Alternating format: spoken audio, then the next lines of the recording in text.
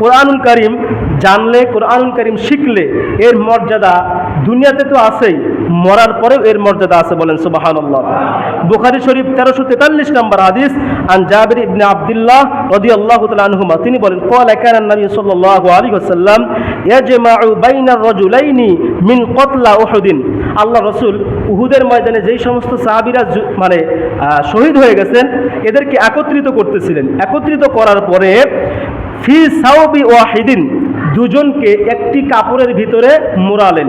কারণ ওই সময় কাপড় পাওয়া খুব দুষ্কর ছিল, যার কারণে একজন না দুইজন সাহাবীদেরকে এক জায়গায় করে একটি কাপড়ে দাফন করা হতো। এইটা যখন করতেছিলেন, সুম্মা ইয়াকুলু, তিনি বললেন আইয়ুহুম আকসারু আখজাল লিল কুরআন।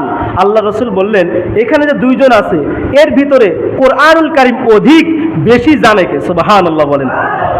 ফাইজা উশিরা লাহু, একজনের দিকে ইশারা করে বলা হলো যে ওই ব্যক্তিটা এই দুজনের ভিতরে সবচাইতে কোরআন বেশি জানে। ইলা আহাদিহিমা, অর্থাৎ তাদের দুজনের মধ্য থেকে একজনের দিকে ইশারা করে বলা হলো এই ব্যক্তিটা, এই সাহাবীটা কোরআনুল কারীম বেশি জানে।